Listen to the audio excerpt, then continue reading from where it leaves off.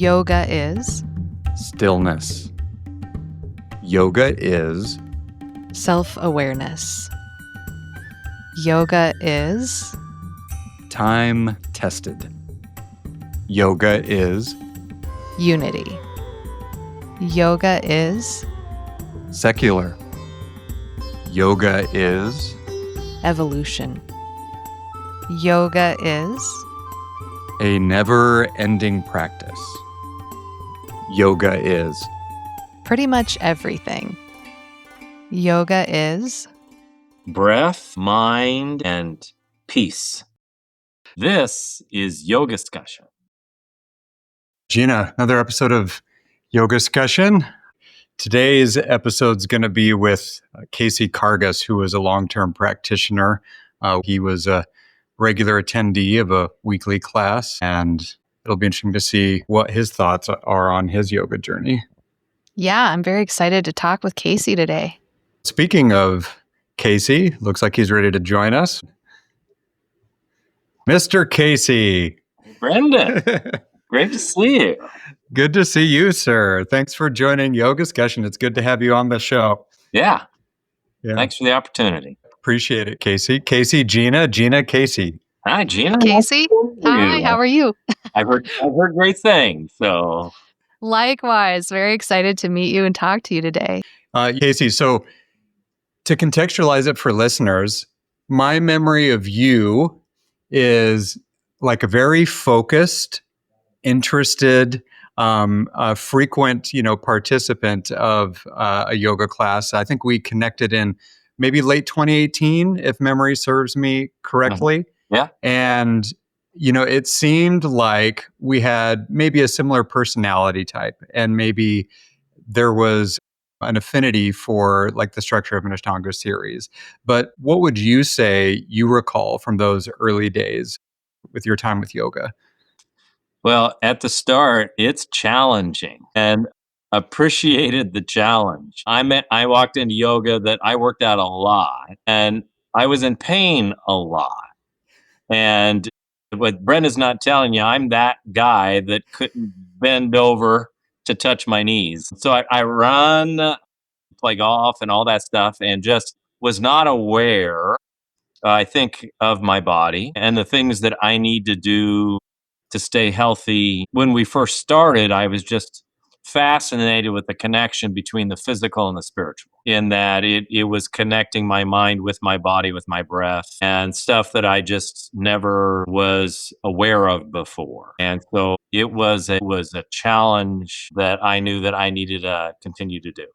Yeah, and it's interesting, Casey, because I knew early on, based on what you had shared with me, that you were a big runner. Like running was a common thing for you.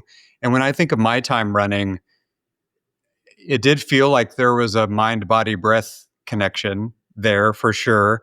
So I guess I'm wondering, and maybe you can, share with us and listeners, how did that shift, or was it similar? Did your yoga practice inform your running? Did it give you like maybe even a deeper awareness of mind, body, breath connection, etc.? Yeah, well, Brendan was big into what we do with our breath in the midst of a challenge. And so it's an awareness of what you bring with your breath. Something's a little tight, or I'm not in the space at this moment. And instead of quit, if it is not hurting in some way, I think I learned through yoga is how you breathe into things. And then in some way, it's allowing my mind to settle, which allowed my muscles to settle, to in some way to kind of create. And that's what I love about running, is you put yourself in a space where you're not aware that you're physically running. You just get to the point where you allow your mind to go, and it's an spiritual activity that in some way you can just be for a period of time. And I think I learned through yoga is that if there were things I could breathe into them and to work with them in that way to help myself settle, which I continually try to do now. Casey, do you feel, or maybe you could speak to this a little bit, like, is there a distinct difference between how you worked in your body as a runner and a golfer before you came to yoga, and then how you work now? there a because sometimes I think we kind of use our bodies like machines, like we muscle into stuff, right? And then like maybe when we have more of that mind body connection, it's like, oh wait, I don't necessarily have to do that. Maybe there's a different quality that comes in. Did you feel that in like as the shift when you moved into a yoga practice? Yeah, yeah, and this might not make a lot of it was my hips. Uh, yeah, I mean, I probably could be defined as frozen. And then so a lot of the yoga poses, in some way, oh my gosh, I feel my hips in some way loosening and almost widening to allow me. So, like within the golf swing, if you try to swing hard, the ball doesn't go very far. If you're free, the body just kind of flows. And so what I do is a lot of times I'll play golf and then I'll do yoga after to in some way just allow, so instead of being hurting and sore and stiff, in some way I want to use that not as much as muscle build up, but probably strength build up. I want my muscles to feel freer. And so I think yoga's helped me have an understanding. And then just a side note, I have a special needs adult child who's in a wheelchair, and I lift more than I should. So don't share this with Yeah. anybody. Physically, to move him from one space to another, my back has to be okay. And so I have a family history of not having a very good back. And so I really appreciate what yoga does. I think to in some way loosen and strengthen and an awareness of my back and the stuff that yoga does over and over again, so it has the ability not to be strained by everything that I do. So the positions that I'm in, I feel like I'm not hurting myself. That's where another thing yoga's really been helpful. Somewhat tongue in cheek, but do you think that your golf scores or your running experiences have improved since you've been a longer term yoga practitioner at this point? Well, especially for running, I think it's allowed me to continue to run. I'm not on the younger half. I Are you saying you're on the back half? I went over that hill a long time ago, and it's funny because people keep on telling me you got to stop running. And it's like, I think I'm healthier because of how I run. Where I have to admit, before COVID, I ran I would go and then not quit. But now it's more of aware of that the breathing, the muscle tone, the getting my mind out to be free, that it's just an exercise that I can continue for quite a while. And that my joints and muscles in some way, I think with my yoga practice, in some way I'm freer than I was 20 years ago when I ran. Love hearing that. Because of I think all the stuff that I'm doing that allows my body to be in the right positions that it needs to be in, just so I can enjoy myself. So Mm, mm. Yeah, and it seems that that comes from like a certain state of awareness and even beyond like the physical benefits, Casey, would you say that your yoga practice has maybe influenced other areas of your life, personally, maybe with family members or professionally? yeah, I'm probably more on the intense side, and so I'm pretty goal oriented. I'm like you guys, I'm busy every moment of every day, and so to learn through the physical, breath, spiritual, mind, to let things just kind of be, so my schedule isn't taking over for me, where I think you're doing your yoga practices, you're aware, but in some way you don't have to be in control all the time. I think that has been very helpful for me. And then just professionally, I run a mediation center. We do all kinds of conflict. What we teach our mediators here and what we teach in mediation all makes sense together, in that with the things that you do with your mind to be present is yoga stuff. And Sure. so Yeah. when Brendan started teaching all of this, an awareness of being here, but not, it just makes sense for the stuff that we teach all of our mediators. Yeah, I think that your work at the Mediation Center. I'm definitely quite curious about that, and I imagine listeners are as well. Could you, of course, respecting, anonymity and not getting into super specifics, but could you maybe walk us through what a situation like that might look like for you or some of your colleagues, where your yoga practice is maybe tuned your ability to show up maybe in I hate using the word better, but maybe in a more evolved version or in a more evolved way for your work. Yeah, and I'll use a couple examples of some great mediators that I've learned from. We had a guy out of University of Minnesota. He was one of the leaders worldwide in mediation. And then also I'm going to use a friend of mine, an attorney in Omaha that mediated forever. And you would go to 2-3 day mediation trainings.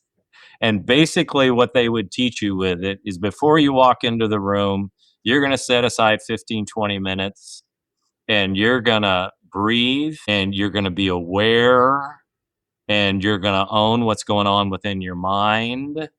And it's in some way becoming kind of at peace with yourself and aware of yourself before you walk in to high conflict. Because in mediation, what we're trying to do is we're creating atmosphere, and people can sense it and people can feel it. And so, the breathing techniques that we talk in mediation, the great mediators talk about the same thing. So you would think in negotiation, they would talk about how do you move someone or strategize and they're talking about breathing and an awareness of self. And the great mediators are just aware of your presence as you prepare to go into stuff that's really difficult. So to me, it all works together. And then in the midst of some of the most difficult of mediations, it's in some way not to get triangulated into other people's conflict, meaning there's my story, your story, and always a third story. And you try to separate the people from the conflict. And so a lot of we do within the mediation is that you have to be in a peace of mind that in some way you're aware of your angst and your level, but you are trying to be somewhat of a peacemaker to what's going on. And for us, is what are the options that are out there that they'd be willing to choose. So I think that these lines cross. I think yoga is always helpful for me, especially in the midst of all the stress that we all go through. Yeah. Oh, that sounds so much like holding space and co-regulating, like showing up with a nervous system that is down-regulated or, or like regulated so that you're not activated, and then offering that regulation from your own nervous system out to the other people who maybe are not coming into a negotiation or a mediation, Yeah. as calm. And it's like, that's also like so prevalent in meditation, right? Is just like getting centered, and sounds very yoga-esque, right? It's like a modern yogi job, actually. I'm kind of reevaluating my career choices at this point. Thanks, Casey. Like I may, no, but no, I think you think of like a good therapist, you think of a good mediator, cultivating the ability to not react. Right, like earlier you were talking about how can you be aware of the energy in the room? How can you be aware of what two sides, maybe at two ends of a dispute, are bringing to the table, metaphorical or literal, and get them to center, right? Get them to balance. Could you maybe expand on that process a little bit? Either thinking about yoga in mind or just kind of like what helps a mediator get two extreme positions towards some sense of compromise or, like a balanced energy in the room. Yeah. I think it fits to getting to the mat because in mediation, you don't walk in with the answer. Yet you are aware of the energy and the positivity and the ability in the room. And it is you're connecting yourself to others, believing that they have answers that will be good for them. And how do we get people to express themselves to say this would meet my interest? Now, what's very interesting, and we do what's called interest-based mediation. What I mean by that, there's a variety of ways to mediate. The centers in Nebraska We don't tell you what to do, and we try not to say, okay, if you don't agree, this is what the judge is going to do. Because we're trying to see for them at their, I call them core interests, things that they'll never negotiate away. What are the options they're willing to lift up that are good for them that also will work for the other party? Hmm. Yeah, it's beyond ourselves. And so this is relationship stuff. And then we're trying to create safe spaces. Now, we do a lot of high conflict domestic violence mediation, which some states don't do. But in doing that, it's creating the safe space because if they don't agree, somebody else is going to give them something that a lot of times doesn't work for anybody. Um, and so to me, when you get to the mat, it's an awareness of I don't have all the answers, but I am aware of the energy that's there. And I'm willing to be open to I'm going to go through a process that I'm going to open myself up to go.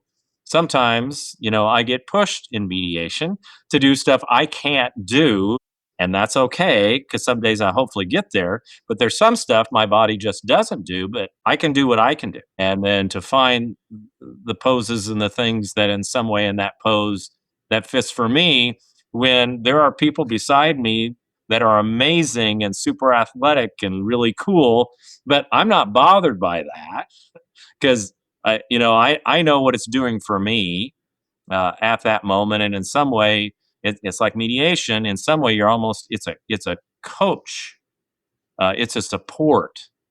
I want to help you come to something that would be great for you, and I'm not going to impose what I think you should do. And in some way, I'm going to create an atmosphere for you choose to stuff. Even a mediation, if they don't agree, sometimes a great mediation, people don't agree. That's okay. I mean, sometimes it's that, oh my gosh, I thought we would get together and you would agree with everything. Sometimes it's a realization we're not going to agree. And sometimes you're going to have to just realize that, our lives are going different directions or we're going to disagree on some stuff. Yeah. Gina, I think Casey would be an excellent yoga teacher. What do you think? Yeah. Yeah, I just wanted to restate some of what you said because it was very profound for me. So I was writing notes. You probably saw me looking away here, but I was writing notes like, oh, right, you don't come to mediation with the answer, but you also don't come to the mat with your answer. That's so profound, right? Like, how many times as humans do we show up thinking we know everything and that we know how it's going to go? I mean, I rehearse this stuff in my head, like, oh, today's going to go this way. And it never goes that way. And then it also reminded me of this part in the Bhagavad Gita. Krishna and Arjuna are they're in the chariot and Krishna's talking to Arjuna about things are in what your dharma is. And he says, I don't know which section this is in, but he says, you're entitled to your work, but you're not entitled to the fruit of your work. Meaning that the work is where it is. And as you were describing being on your mat and seeing these amazing athletes doing that, I almost had this vision of every time we show up to our mat, it's like a mediation between what is our body physically capable of, what is our mental and emotional body capable of, and what is our spirit capable of. And it's like a mediation between all of these layers in our yoga practice. And it just chef's kiss. It sent me into this. It was just very profound. So good. So I'm wondering, Casey, if you have ever taken the energy of a mediation, let's say difficult energy from mediation, to your yoga practice, either at a studio or at home if you were practicing at home? Or do you find that your personal training, along with maybe whatever you've learned from your yoga practice, allows you to kind of leave that stuff at work? Could you maybe speak to that a little bit? I'm one that it comes with me. Um, and yet I'm kind of yet I'm a routine person, so I know when I'm getting to the mat, and by the time I'm done, it's not like I let stuff go, but it doesn't own me, and so I'm not my job. I think I'm effective at my job. And I think I bring things to my job, but I can't make successes or failures at the job become me. Um, I, I just need to be aware of who I am, and I think when I'm in yoga and I am challenged. Um, um, and that's where, for me, the routine is just so helpful because I am not worried about, my gosh, what might be coming next or whatever. I can just allow that flow. I'm aware of how this is going to happen, and that's helpful for my personality. Yeah. That's a real gift of Ashtanga is that you have these set poses and you know what's coming, so you can really get grounded in each one of them and like in your experience of it. Yeah. Casey, I wonder if you've had any specific challenging experiences in your yoga practice, either whether that was practicing with me or otherwise. Was there ever a time where you're like, oh my gosh, I can't do this? And then maybe that changed later, or maybe you surprised yourself when you tried to tackle a challenging asana? Well, there wasn't anything in Ashtanga that I could do when I started. Everything was a challenge for me. No, I remember, Casey, like you were just, I remember, I vaguely recall you pretty much telling me directly. You kind of gave me a look and you're like, so I'm new at this. Well, And then I tell, and then I tell you like what, what I tell a lot of people. And I'm like, I was too, like, yeah, it happens to everyone. yeah, no, it all of it was eye-opening. And what I like about it is that you're right. You get to the point where, oh my gosh, I used to, for me to bend over and touch my toes. And Brendan would have us stay there for a week and a half. And I was shaking. And now, because what that did to me is that I would take practice with friends and then I'd have to go home. And then what I learned is that was a good ritual for me because I would have to take the challenge of the things. Okay, I need to work on these, and then I have my own kind of practice at home. But in some way, those things now have become. Example would be I bend over now, and my hips in some way feel like they get wider, and my back feels like, oh my gosh, I have to do this for a little bit, and then you just want to stay there. Mm, And a lot of those poses in yoga that in some way it's like there's no way on earth I can make that happen. All of a sudden become something of, okay, I'm going to have to do that tonight. mm. So I was that one, and Brenda watched me struggle with all those things. But I think, and then what I love is we have new people come now to Ashtanga, and they pick it up like that.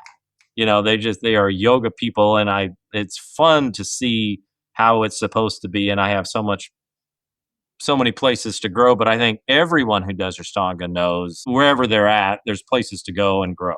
I think it's a challenge, but I continue to enjoy to do it. Yeah, I was gonna offer it to you, Gina, like something he said with your experience in yin, I was picking up on like wanting to breathe into a pose for a longer period of time, and how sometimes, like, I know me, I came to like, oh, this is really wonderful, but I didn't know at the time, you're essentially breathing awareness into your fascial tissue, amongst other things. Could you maybe speak to that a little bit, Gina, like how what that's like, what that can do for someone's mind to just really give themselves time to really breathe into a posture for an extended period of time? Yeah, I mean, Casey, I don't know if you've done yin yoga or not, but boy, it is a potent practice. We'll get into a pose, like say we'll get into like a pigeon pose or other.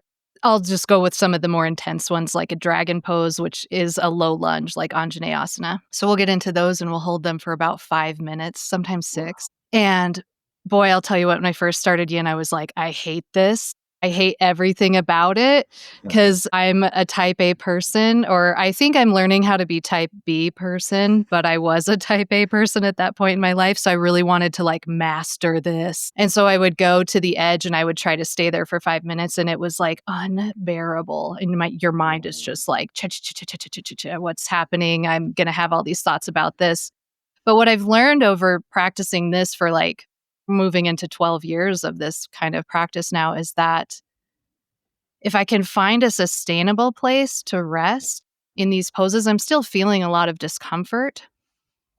But then being able to take my awareness and like close my eyes, turn my awareness inward, like feel what that is like for my body, know where I need to stop and not maybe go so deep, but then also just breathe in that place and like try to soften towards the sensation of the pose. It's so amazing. I started to notice that my mind really just calmed down. It just softened. Like all the chitter chatter got quieter.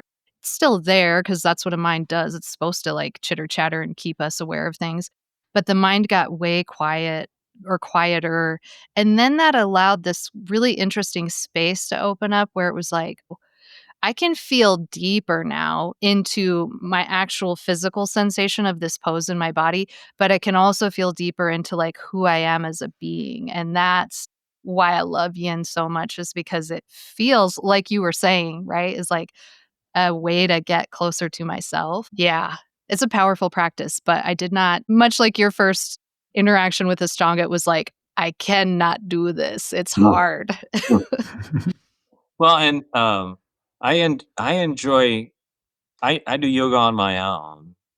But you talked about the poses. When I did it on my own, the poses are a third of the amount of time that they are in a class because my mind is going. I've done this, but you get in the class, and then in some way there is that I can go longer, and I don't need to come out of this pose.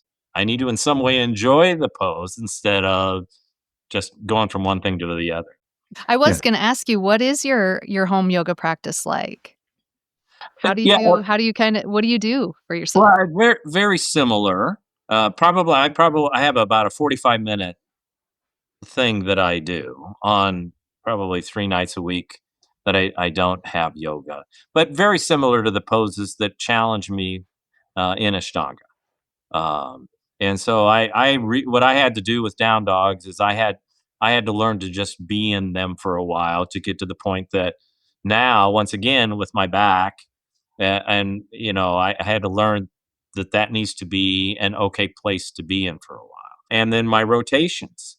I mean, I am not flexible, and so I have to work a lot on my rotations. So I got to the point where I was feeling like, and it's this Brendan stuff. My body was helping me instead of some way that I was working against my body.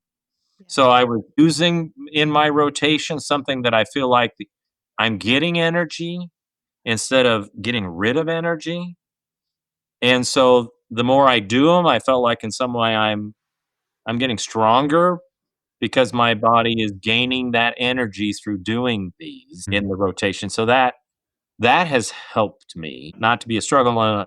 You know, we for a while, Brendan, we would have one on ones. Yeah, yeah. There were some times where like a cold winter day or something, and then Casey was still brave enough to show up in And more way Brendan than was one, like, whether it's the roads or the experience at the studio. yeah, and he was like, "Can't you do that differently?" And it's like, "No, at this moment, I really can't." Get it I got. He's like, "You need to move here." It's like, "I'll get there." Casey, is there a difference between, so like you have 3 days that you practice at home and then you also go to the studio. Do you Yeah. think that having a home practice and having a studio practice, that you get benefits from both of those? And if so, could you kind of like maybe expand on those a little bit? Yeah, I'm in my job. I meet with someone every hour of every day, and not having sound. And so when I put the silence and not being around people, I need that too. I'm pretty outgoing. People, energy comes from me when I'm in relationship. So I am aware that I need space to just be. And once again, being on the wrong side of the hill, if I sit down on the couch, sleep may be coming. And I much more enjoy doing the yoga where it's quiet and then I can allow my mind in some way to do the physical, spiritual at the same time. So I enjoy that. But well, my favorite is when we have a group Yeah. and we're doing it together, and in some way I am being challenged to stay in longer, learn new things. That keeps me going. Yeah, there's some good aspects to both a home practice and, practice with a group. And I think you're definitely touching on those, Casey. Yeah. Yeah. Have they evolved over the years? Do you find, or does it kind of ebb and flow? Like I hearken back to those early pandemic days where we all felt a little weird being on a Zoom call and continuing the classes, right? And then I found myself thinking, I wonder if Casey's, still practicing even if he's not attending a class. I mean, how has your home practice evolved over the years? Yeah, it stayed steady. I mean, I since we started, there's not much.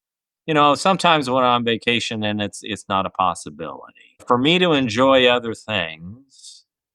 I think we all learn the things that feeds our souls, and to be in a routine where you maintain those things that feed your soul. And I think with yoga, it's a path that I continue to learn and grow and need more of. And I think it feeds me. And it seems like it's helped you offer some type of presence to other people in your own life, personally and maybe professionally. Are there any moments you'd care to share where you maybe felt like there was like a calm moment that came from a place of awareness where you think you were able to help someone's energy shift? Well, when you say in mediation and in my personal life, I think the more that we're comfortable with silence, not disengagement, that's where I think connection comes from.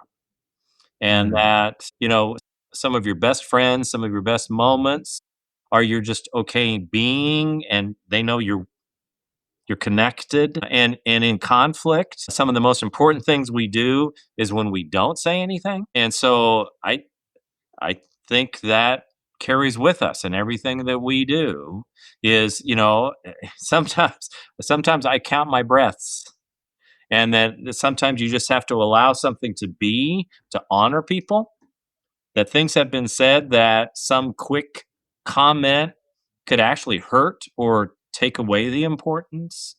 Um, I think in yoga, once again, we just sometimes let things be, and yoga. You are aware. You have to be aware, but that doesn't mean your mind is racing. In some way, you're allowing your mind, I think, to have productive energy that's positive.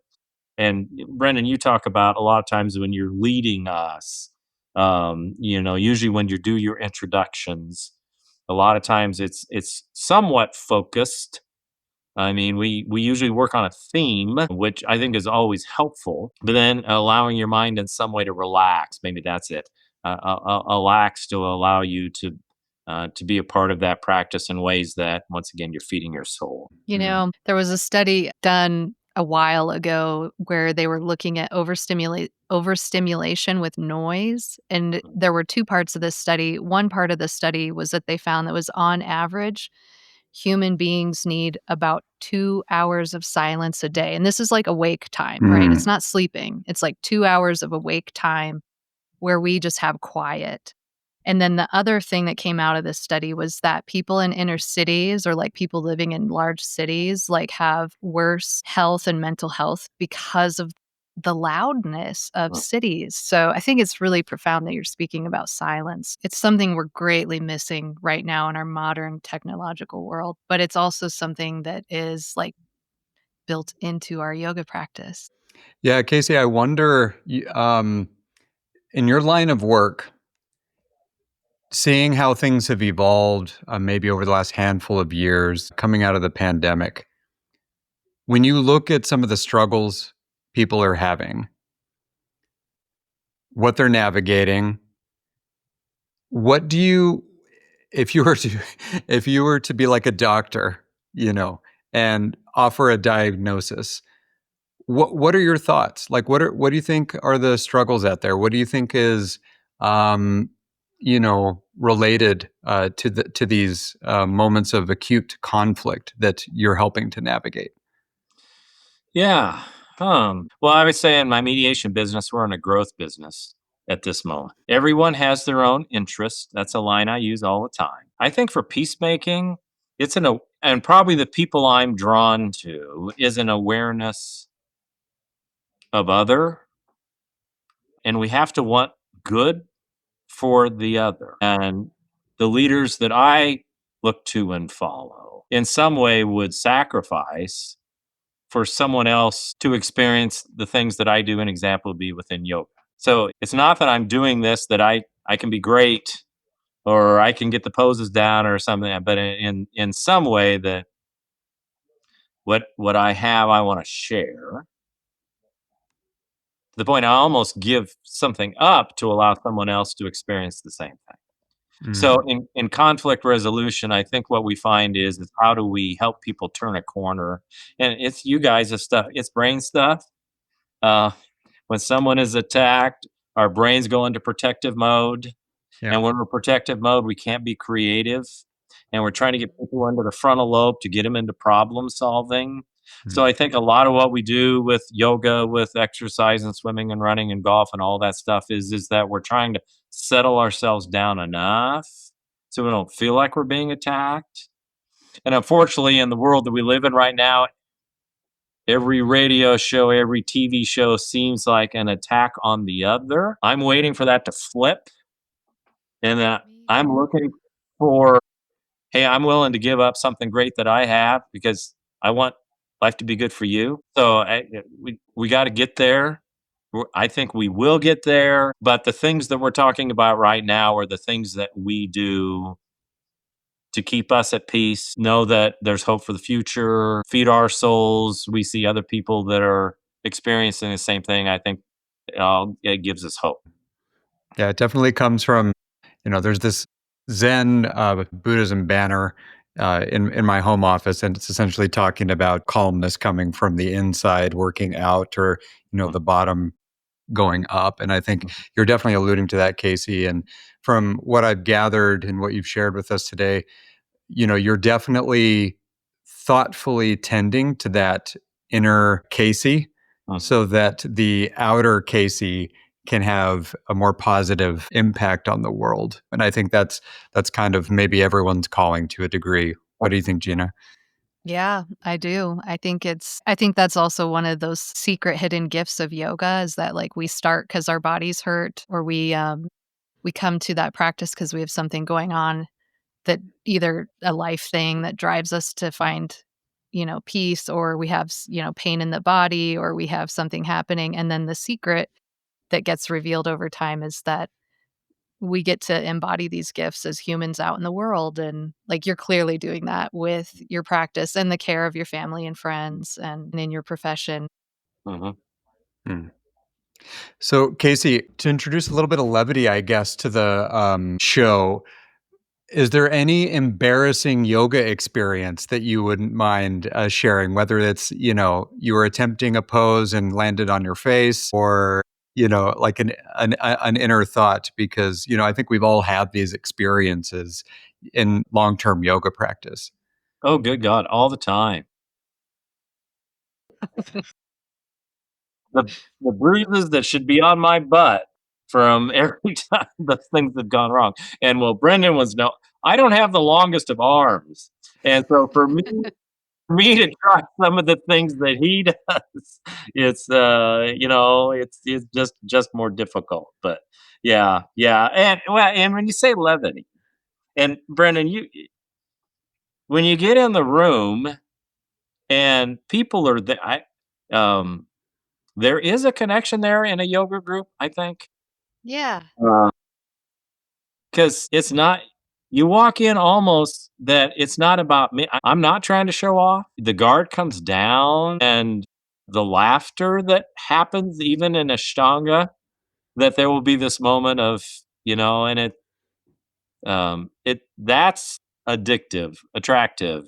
I mean, Mm, it's those moments of where I can be in somewhat of peace with the group, um, where I'm myself and I look ridiculous, and everybody's okay and not giving me a hard time about that. I mean, that yeah. that is just um, pretty unusual, I think. Yeah, everyone's laughing at their various states of ridiculousness. I just want to thank you so much for sharing your expertise and like your experience and your heart and your wonderful soul with us. It was a really lovely interview, and I had some just beautiful moments of like, oh, yes, exactly that. So thank you. Lots of gratitude. Yeah, definitely lots of connection there. If you could sum up what yoga is to you in like 3 words, what would those words be? Breath, mind, and peace. Love it. Love it. Yeah. Thanks, Casey. We really appreciate you making time to connect with us and be on the show. Nice to meet you. Thanks for such a lovely, heartfelt conversation. It was the best part of my day today. All right. Thanks, everyone. Bye-bye. Hey, listener. Want to get early access to ad-free episodes of the entire Growing YogaScussion archive, as well as live recordings? Want to submit comments and questions to the guests and the hosts? You can join the YogaScussion Circle and receive a link to join each YogaScussion episode as it's recorded. During the recording, you will have the chance to ask questions and participate in the YogaScussion yourself. Feel good about being a sustaining member of the show while also joining the YogaScussion with us. Thanks for listening, and we look forward to you joining the YogaScussion soon.